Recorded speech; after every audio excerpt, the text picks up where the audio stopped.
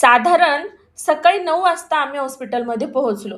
तिथे गेल्यानंतर लगेच मला आणि माझ्या मिस्टरांना त्यांनी वेगवेगळ्या डॉक्युमेंटवर सह्या करायला सांगितल्या. सकाळचे 9 वाजलेले असल्यामुळे अजूनही डॉक्टर मॅडम आलेल्या नव्हत्या. हां, पण डिलिव्हरीची वेळ मात्र जवळ आली होती.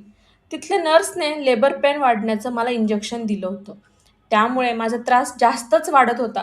एक एक सेकंद एक एक तासासारखा वाटायला लागला. शेवटी 10:30च्या सुमारास डॉक्टर मॅडम आल्या.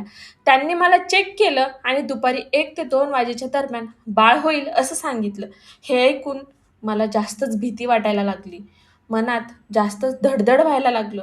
एवढ्या साऱ्या गडबडीमध्ये प्रजा माझ्यासोबत होते. "आशू, टेन्शन घेऊ नको. टेन्शन घेशील तर ऐनवेळी बीपी वाढेल, कॉम्प्लिकेशन्स येतील," असं ते मला सतत सांगत होते. माझ्यासोबत माझी मम्मीसुद्धा होती. तीही सगळं काही सुरळीत आणि व्यवस्थित होऊ दे अशी देवाकडे प्रार्थना करत होती. इकडे माझा त्रास वाढत होता. मी नुसती रडायचे. लेबर पेन अचानक यायचा आणि त्यानंतर माझी परिस्थिती फार बिकट व्हायची. डॉक्टरांनी मला झोपून राहण्याऐवजी फिरायला सांगितलं होतं. जेवढं जास्त झोपशील तेवढा डिलिव्हरीला जास्त वेळ लागेल असं त्यांनी मला सांगितलं. आम्ही तिघेही खूप जास्त टेन्शनमध्ये होतो. मुंबईसारख्या शहरामध्ये माझ्यासोबत प्रजा आणि माझ्या मम्मीशिवाय दुसरं कुणीही नव्हतं. मला टेन्शन येत होतं की ऐनवेळी जर काही अघटित घडलं तर?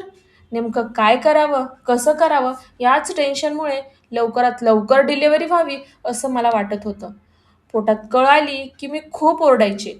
पण तिथला स्टाफ ना खूपच छान होता. तिथल्या नर्सेस, मावश्या माझ्याकडे 5-5 मिनिटांनी यायच्या. मला इन्स्ट्रक्शन द्यायच्या. "सहन कर, एनर्जी वाचव," असा सल्ला द्यायच्या. माझ्या मनातली भीती मात्र काही कमी होत नव्हती. कारण की सोनोग्राफीच्या रिपोर्टमध्ये बाळाच्या गळ्याभोवती नाळ अडकलेली आहे असं सांगितलं होतं. दुसरीकडे अपघात झालेला असल्याने माझ्या कमरेलाही प्रॉब्लेम होता. त्यामुळे काही गडबड तर होणार नाही ना, याची चिंता लागली होती. मला अगोदरच रात्री झोप नव्हती. त्यात डॉक्टरांनी इंजेक्शन दिल्यामुळे मला जास्तच झोप यायला लागली. मला पडून राहावंसं वाटत होतं, पण मध्येच कळ आली की जीव नकोसा वाटायचा. या सगळ्या गडबडीमध्ये बाळ येण्याची वेळ झाल्याचं डॉक्टरांना समजलं. ते मला लगेचच डिलिव्हरी रूममध्ये घेऊन गेले. त्यानंतर बाळ बाहेर येण्याची खरी प्रोसेस सुरू झाली. मी त्या रूममध्ये साधारण 1 ते 1.5 तास होते.